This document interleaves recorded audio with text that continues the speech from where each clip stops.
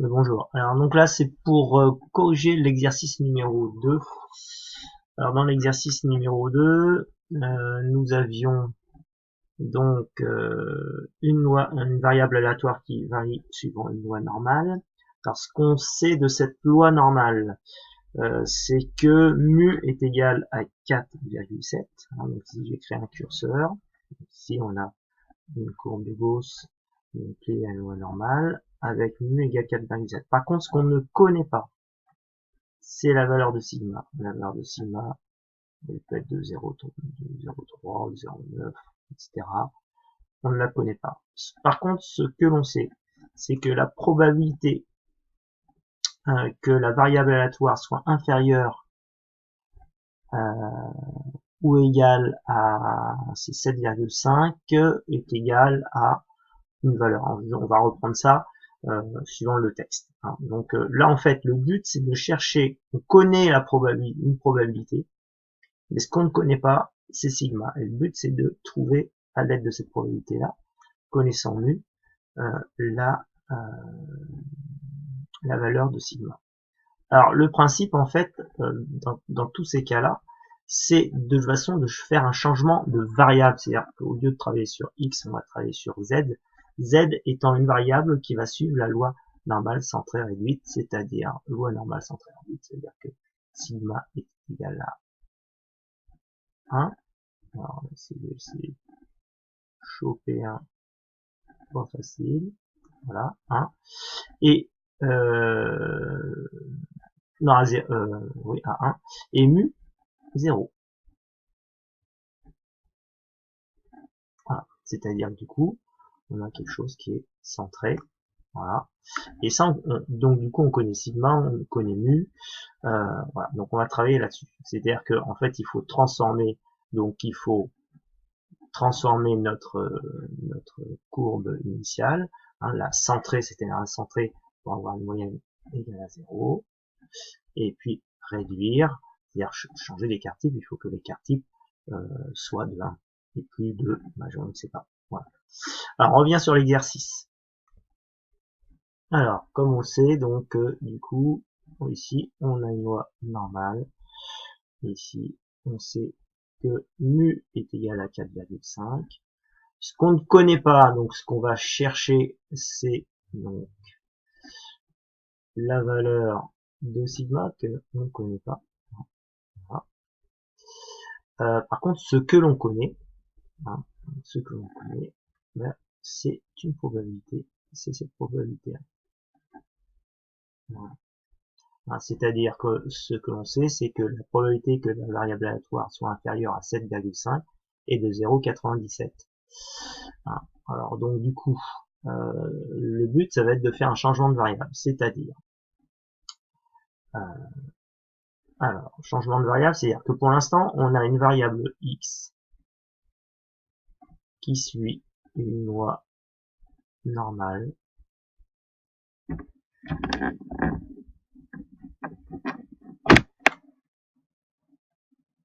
Alors, et donc suit une loi normale.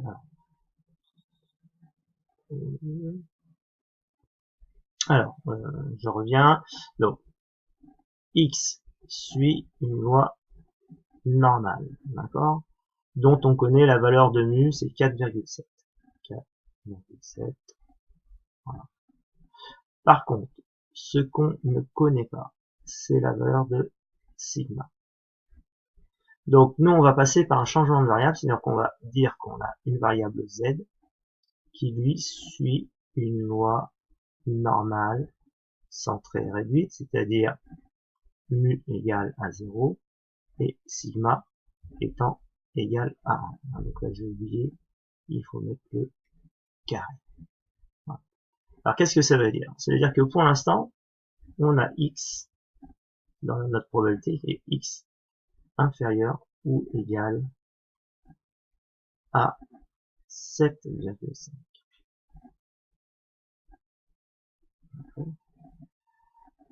Donc le changement de variable, soit on connaît sa forme, ou soit on comprend ce qu'on est en train de faire. C'est-à-dire, vous vous souvenez par rapport à la courbe de Gauss, hein, on avait donc une courbe de Gauss, je vais faire rapidement, qui était à peu près comme ça, d'accord, et le but c'est de transformer cette variable là, hein, donc là ici on a x, et il faut que x soit centré à 0, donc c'est à dire qu'en fait ici pour l'instant, si on prend la valeur centrale, donc on a dit qu'on a 4,7. Ce 4,7, il faut qu'il soit égal à 0, c'est-à-dire qu'ici, il faut que notre courbe de Gauss soit centrée. Voilà. Donc il faut que notre 4,7, donc toutes les valeurs de x, hein, toutes les valeurs de x ici de notre courbe de Gauss, doit être amputée de 4,7, puisque 4,7 moins 4,7, ça fait 0. Donc ici, on va donc enlever à x, on va enlever à toutes les valeurs de x, on va enlever 4,7. C'est-à-dire que quand x va valoir 4,7, ben si on enlève 4,7, et ben on va obtenir 0. Donc là, on a centré notre courbe. Maintenant, il faut que l'écart type soit égal à 1. Donc pour ça, il va falloir donc, alors, si on fait ça de ce côté-là, on est obligé de le faire de l'autre côté. Vous êtes d'accord? 7,5 moins 4,7. Maintenant, il faut que je réduise, c'est-à-dire qu'ici, mon écart type, je ne sais pas de combien il peut être supérieur à 1 ou inférieur à 1. De toute façon, il faut que je le ramène à la valeur 1. Donc, en fait, ici, je vais diviser par sigma. Donc, du coup, quand je divise par sigma, ça sera pour sigma valant 1. Donc, ici, je vais diviser par sigma, que je ne connais pas. Donc, ça veut dire qu'ici, si on voit ce qu'on est en train de faire, donc, du coup, on a cette valeur-là, ben, c'est notre nouvelle variable. Ça, donc, ceci, hein, donc je vais l'appeler, voilà, ceci, tout ceci, c'est z. Et z va être inférieur à quoi? Bah, 7,5 moins 4,7, ça fait donc du coup, alors 7,5 moins 0,7, donc on a 6,8, et il faut enlever donc 4, ça fait 2,8. Donc ici on a 2,8, le tout divisé par sigma. Alors, en fait, ce problème-là, donc ça veut dire qu'ici, même si on a fait un changement de variable, la probabilité, hein, on avait une probabilité que x soit inférieur ou égal à 7,5, hein, avec une variable qui suivait une loi normale dont on connaissait mu, mais pas sigma. Ben maintenant, on peut dire que cette probabilité-là, ça va être la même que la probabilité que z soit inférieur ou égal à 2,8, le tout divisé par sigma. Donc, en résumé, on a dit que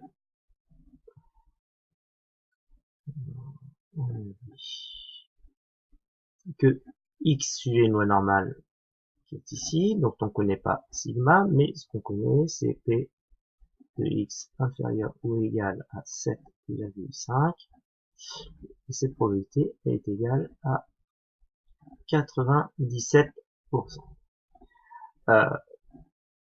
On a fait un changement de variable, donc ce changement de variable nous dit quoi? Ben, en fait, que la probabilité que z soit inférieur ou égal à 2,8, le tout divisé par sigma, ben, c'est la même probabilité, en fait. J'ai juste fait un changement de variable, elle est toujours de 0,97. Et là, c'est comme dans l'exercice précédent, et ben ici, le but c'est de chercher cette valeur. Si on connaît cette valeur-là, on va pouvoir déterminer sigma. Alors, cette valeur-là, c'est comme si, donc, je vais l'appeler, si je prends ça, c'est comme si j'avais A. C'est-à-dire que du coup, je peux écrire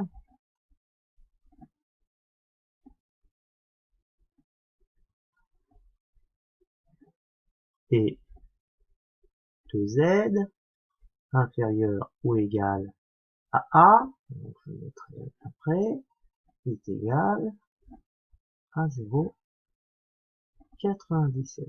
Donc on dit ici A. Donc moi je sais avec ma calculatrice, en faisant la probabilité inverse, je sais que je peux trouver la valeur de A. Alors comment je vais faire? Je prends ma calculatrice. Alors attention, hein, ici c'est Z, hein, donc Z suit une loi normale centrée réduite, donc dont mu égale 0 et sigma est égal à 1. Donc ici sigma c'est égal à 1, entrée, et mu c'est égal à 0. Ok. Maintenant, c'est Z inférieur à A, donc on est bien aussi dans une valeur qui est inférieure à une valeur supérieure, donc c'est bien left, hein, on est bien comme dans l'exercice précédent, il faut mettre left, hein, parce que ici Z est inférieur à A, donc je vais vers la gauche. Par contre, l'air ici est de 0, donc 97.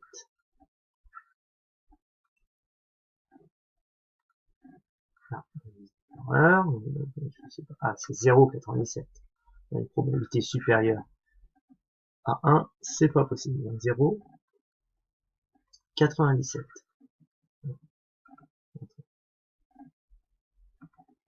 Voilà. Donc je sais ici que la valeur de A, d'après ma calculatrice, serait de 1,88 si j'arrondis au centième près. Donc maintenant, qu'est-ce que je peux écrire? Je peux donc dire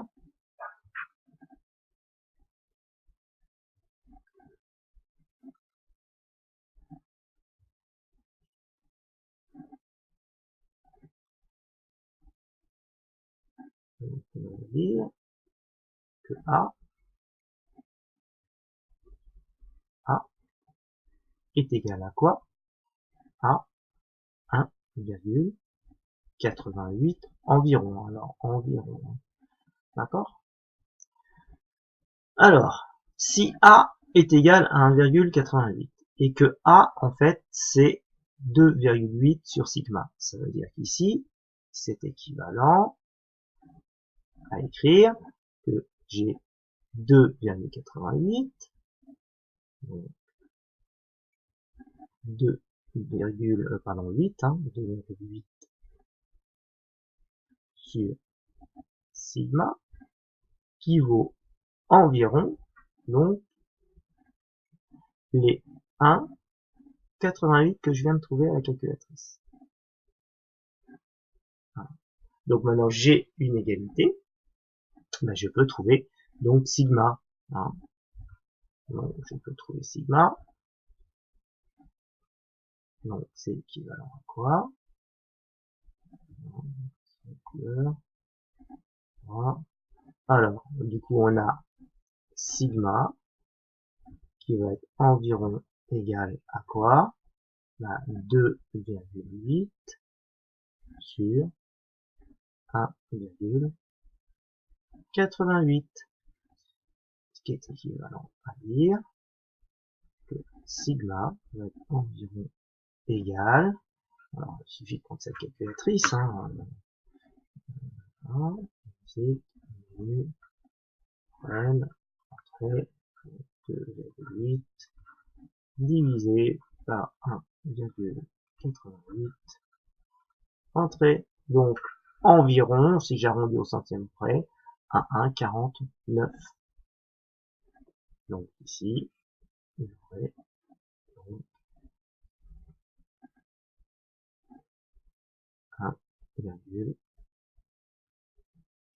1,49. Donc normalement, si je remplace donc ici, donc si je refais ce calcul, hein, si je fais P de x inférieur ou égal à 7,5 avec comme valeur donc 4,7 et ici donc 1,49,